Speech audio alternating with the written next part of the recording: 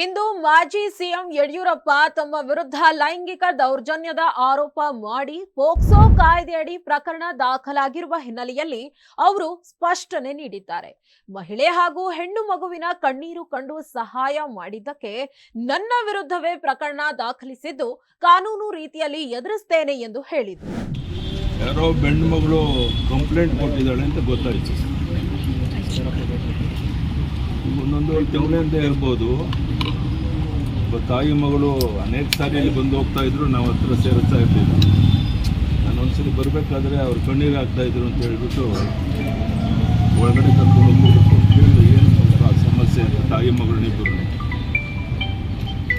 ತುಂಬ ಅನ್ಯಾಯ ಆಗಿದೆ, ಮತ್ತೊಂದು ಮಗಳು ಅಂತ ಹೇಳಿದ್ರು. ಅಲ್ಲ, ಆಮೇಲೆ ನಾನು ಪೊಲೀಸ್ ಕಮಿಷನರ್ಗೆ ಫೋನ್ ಮಾಡಿದ್ರು, ಇವ್ರಿಗೇನೋ ಅನ್ಯಾಯ ಆಗಿದೆ, ಸ್ವಲ್ಪ ನ್ಯಾಯ ಒದಗಿಸೋದು ದಯಾನಂದ ಫೋನ್ ಮಾಡಿ ಅವ್ರನ್ನ ಹಾಕಿದ್ರು. ತಾಯಿ ಮಗಳನ್ನಲ್ಲಿ ಕಳಿಸ್ಕೊಟ್ಟೆ. ಅದಾದಮೇಲೆ ನನ್ನ ಮೇಲೆ ಏನೇನೋ ಮಾತಾಡೋಕ್ಕೆ ಶುರು ಮಾಡಿದ್ರು.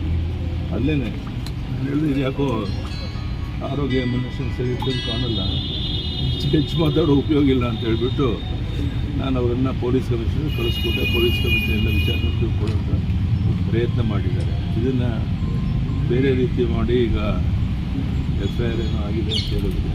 ಏನು ಬೇಕು ಎದುರಿಸೋಣ, ಅದು ಮಾಡೋಣ. ಆದರೆ ಯಾವ ರೀತಿ ಒಬ್ಬರು ಉಪಕಾರ ಮಾಡೋಕ್ಕೋದು ಈ ಥರ ಆಗುತ್ತೆ ಅಂತ ಸ್ವಲ್ಪ ಕಷ್ಟ ಇದೆ ಅಂತೇಳಿ ಸ್ವಲ್ಪ ದುಡ್ಡನ್ನು ಕೊಟ್ಟು ಕಳಿಸ್ತೇನೆ ನಾನು. ಇಷ್ಟಾದರೂ ಸಹ ಈ ರೀತಿಯ ಒಂದು ಬೆಳವಣಿಗೆ ಆಗಿದೆ. ಇರಲಿ, ನೋಡೋಣ, ಎದುರಿಸೋಣ. ಇದೆಲ್ಲ ನಾವು ನಿರೀಕ್ಷೆ ಮಾಡಿರಲಿಲ್ಲ. ಲೋಕಸಭಾ ಚುನಾವಣೆ ಭಾಳ ಒಳ್ಳೆಯ ವಾತಾವರಣ ಇದೆ. ನಮ್ಮ ಪ್ರಯತ್ನ ಮೋದಿಯವರ ಒಂದು ಆಶೀರ್ವಾದದಿಂದ 28 ಗೆಲ್ಲಬೇಕು ಅಂತ ಪ್ರಯತ್ನ ಮಾಡ್ತಾ ಇದ್ದೇವೆ. ಕನಿಷ್ಠ ನಾನು 25-26 ಗೆದ್ದೇ ಗೆಲ್ತೇವೆ ಅನ್ನೋದು ವಿಶ್ವಾಸ ಇದೆ. ಅದರಲ್ಲಿ ಯಶಸ್ವಿ ಆಗ್ತೇವೆ. ಅದನ್ನು ನಮ್ಮೆಲ್ಲರ ಒಂದು ಸಹಕಾರ ಇದ್ದರೆ ಮುಂದೆ ಇದು ಕಾರ್ಯರೂಪಕ್ಕೆ ತರೋದಕ್ಕೆ ರಾಜ್ಯದಲ್ಲಿ ಪ್ರವಾಸ ಮಾಡಿ ಅವೆಲ್ಲ ಮುಖಂಡರುಗಳು ಕೆಲಸ ಮಾಡ್ತೇವೆ.